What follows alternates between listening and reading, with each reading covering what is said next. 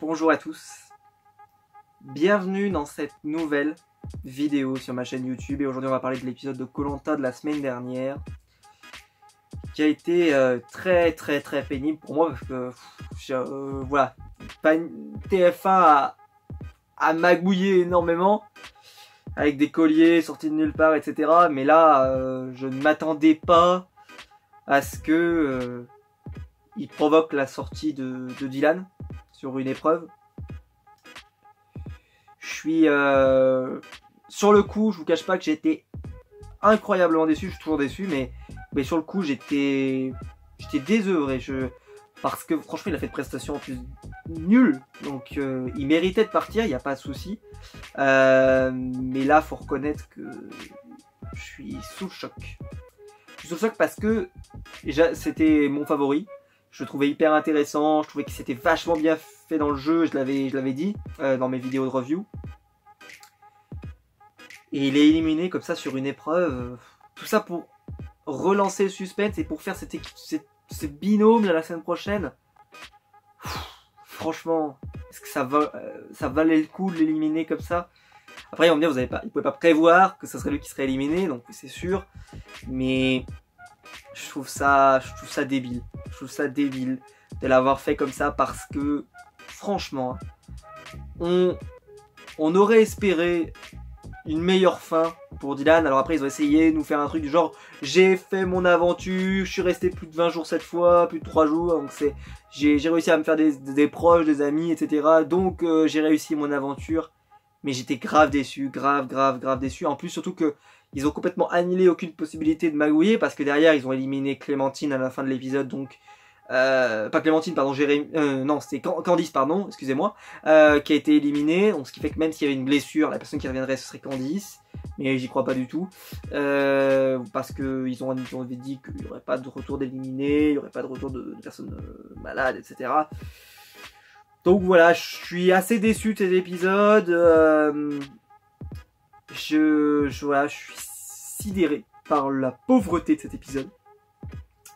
Mais en même temps, c'est un épisode génial. C'est un épisode de dingue. Mais c'est juste que le casting, il est tout de suite un petit peu moins fort. Surtout qu'en plus, ils nous ont ramené Jérémy, qui est une vraie tête à claque que je peux pas voir à l'écran. Il me fatigue. Le voir à l'écran, ça me fatigue. Donc qu'est-ce que je vous dis, ça me fatigue. Il muse les nerfs. Donc moi, j'étais comme Pascal. C'est-à-dire que je pouvais plus... moi aussi, je pourrais pas plus tenir en place parce que tu perds Dylan et tu récupères Jérémy. J'ai envie de dire, au troc, là, t'as tout perdu. Là, tu te retrouves avec le rien du rien, quoi. Il a pris un boulard en plus, le gars, il est comme ça, il a un collier d'immunité, ça y est, il est le maître du jeu. Il m'énerve, mais c'est pas possible, j'en ai marre des gars comme ça qui se racontent continuellement. En plus la semaine prochaine c'est donc les binômes, donc il va avoir un coup de bol, il va tomber avec Pascal ou je ne sais qui, donc il pourra pas être viré, ou avec Yacine. C'est pénible, mec, c'est pénible. Je sens que on va devoir le supporter encore un moment, Jérémy, parce que on n'arrive pas à s'en débarrasser et... Voilà quoi, et ça me saoule parce que on a perdu Dylan sur une épreuve à la con dont on n'avait pas besoin pour que l'épisode soit assez riche. On avait le retour de soit Jérémy, soit Clémentine, on avait plein de choses. Est-ce qu'on avait besoin de ça, TF1? On avait besoin d'une épreuve en plus là? Purée, l'émission était bien assez riche comme ça, il y avait bien assez de choses. Il y avait les conséquences du faux collier, les machins, il y avait plein de choses à montrer. Et vous nous faites une épreuve en plus pour que ça fasse un petit choc, etc. Mais c'est pas comme ça qu'on...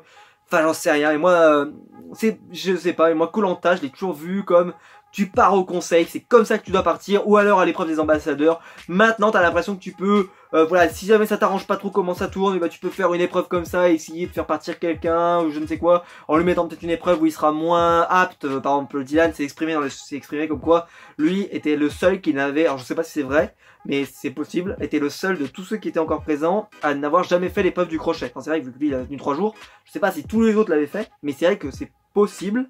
Après je me demande si Alban l'avait déjà fait parce que Alban était parti aux ambassadeurs et Yacine aussi était parti aux ambassadeurs et pourtant Yacine y arrivait tout de suite. Bon, je sais pas du tout s'ils étaient déjà arrivés parce qu'il en a ramené 0. Donc je veux dire vraiment c'est mérité qu'il soit parti, hein. Je ne cherche pas à dire que c'était pas mérité, mais j'ai été extrêmement déçu. Voilà, est-ce que je vous parle de l'épisode en lui-même? Je suis tellement déçu que j'ai pas trop envie d'en parler. Je vous aurais fait l'émission sur le coup, franchement ça m'avait saoulé. J'ai attendu quelques jours que ça redescende, donc bon, ça va un peu mieux. Bah voilà, Jérémy est revenu dans l'aventure, Dylan a été éliminé. Les conséquences du faux collier ont été vite éliminées. Les personnes, on essaye de faire passer Pascal et Yacine pour des gros manipulateurs, etc. Les gros boss du game, etc.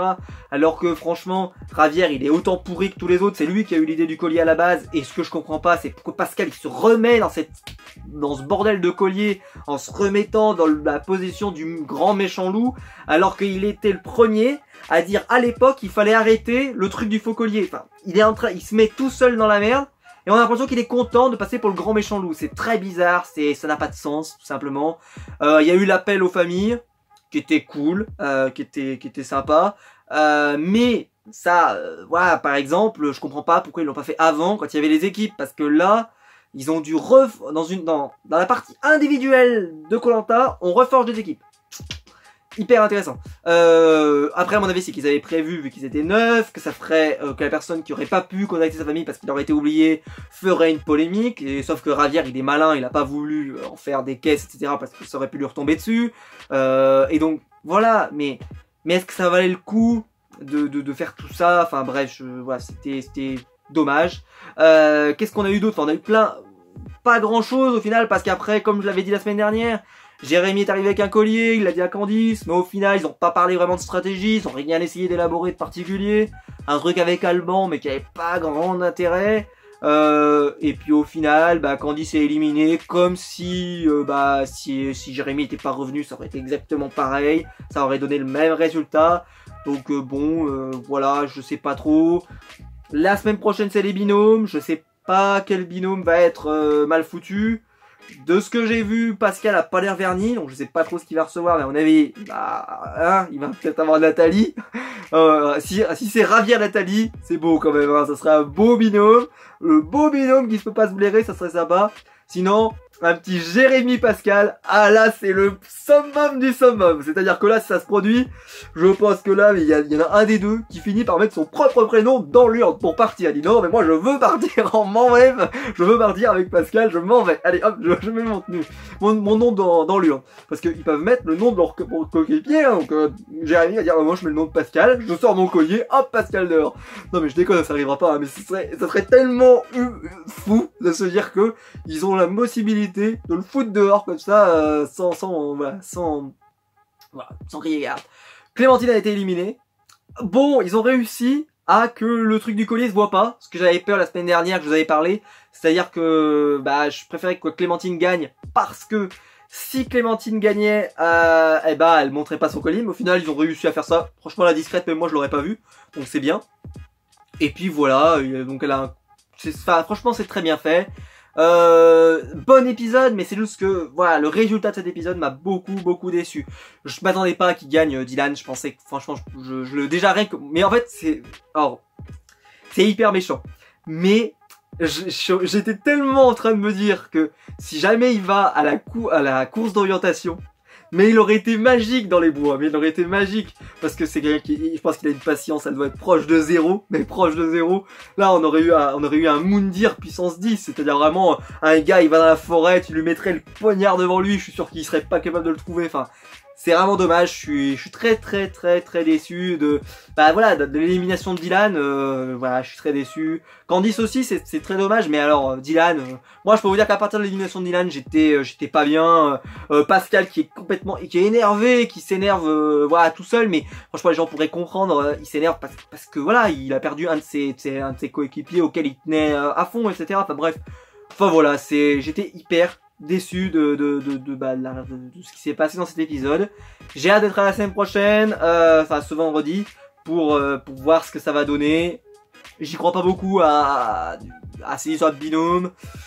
C'est encore un artifice pour pousser les roues à voter entre eux. Enfin, ça c'est le genre de truc, c'est bien, hein, mais j'aurais bien aimé qu'Ezilan pour pouvoir participer à ça. Est-ce qu'on avait besoin que ça se passe maintenant? On pouvait pas attendre une semaine et qu'après Dylan soit dans ces trucs? Parce qu'en plus Dylan il est sans foi ni loi, donc il aurait pu être intéressant. Quel dommage. Enfin voilà, c'est parce que la seule raison pour laquelle ils ont éliminé quelqu'un, pour faire revenir quelqu'un, tout le monde se fout, en plus Jérémy, je veux dire, putain, mais j'en ai rien à foutre de sa gueule. Enfin voilà, j'ai déversé toute ma haine. On se retrouve très vite pour une prochaine vidéo. Il y a plein de vidéos sur la chaîne qui sont sorties récemment. Il y a une vidéo sur Avengers. Il y a une vidéo que je vous fais sur Panini et sa nouvelle offre kiosque. Bref, je vous prépare plein de choses. Donc et Westworld qui va arriver. J'ai pas encore vu l'épisode, mais ça va pas tarder. Et il y aura la vidéo review qui arrivera sur la chaîne YouTube. Ne vous en faites pas. Et donc nous on se retrouve très vite pour une prochaine vidéo. Allez, ciao!